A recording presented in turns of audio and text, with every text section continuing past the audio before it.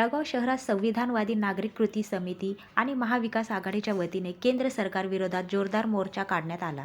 लडाखचे सामाजिक कार्यकर्ते सोनम वांगचुक यांच्या आंदोलनाला पाठिंबा देत तसेच NEET पेपर फुटी प्रकरणातील दोषींवर कठोर कारवाई करण्याच्या मागणीसाठी जिल्हाधिकारी कार्यालयावर धडक मोर्चा काढण्यात आला।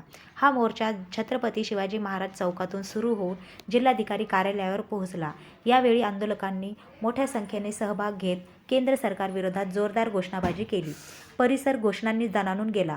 सोनम वांगचुक यांचे लोकशाही मार्गाने सुरू असलेल्या आंदोलनाकडे केंद्र सरकार जाणीवपूर्वक दुर्लक्ष करत आहे।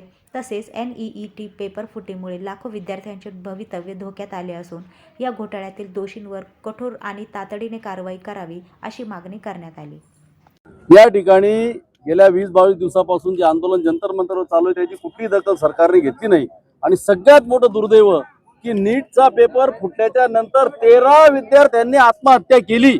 एकाने जरी आत्महत्या केली तरी या धर्मेंद्र प्रधानचा राजीनामा पाहिजे होता। 13 विद्यार्थी होणारे डॉक्टर भविष्यातले आज या ठिकाणी आत्महत्या केली तरी देखील राजीनामा दिला नाही। म्हणून त्या ठिकाणी सोनम वांगचुक सारखे लोक उपोषणाला बसले, त्यांना देखील त्या ठिकाणी अमानुष पद्धतीने त्रास दिला जातोय।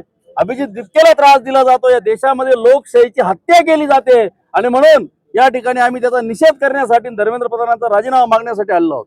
आम्ही विद्यार्थी इथे एकत्रित आलोय म्हणून काय ना, सोनम वांगचुक सरांसोबत जे झालंय ते चांगलं नाही झालंय। त्यांच्यासोबत डिटेक्शन झालंय। आम्ही त्यासोबत जे झालंय त्याच्याबद्दल बोलायला आलोय आणि तुम्ही आम्हाला सांगून द्या, म्हणजे आम्ही काय करायचंय, का शिक्षण पुढे घ्यायचं का नाही घ्यायचं ते सांगून द्या आणि धर्मेंद्र प्रधान सरांचा राजीनामा घ्या, लायकच म्हणायचं।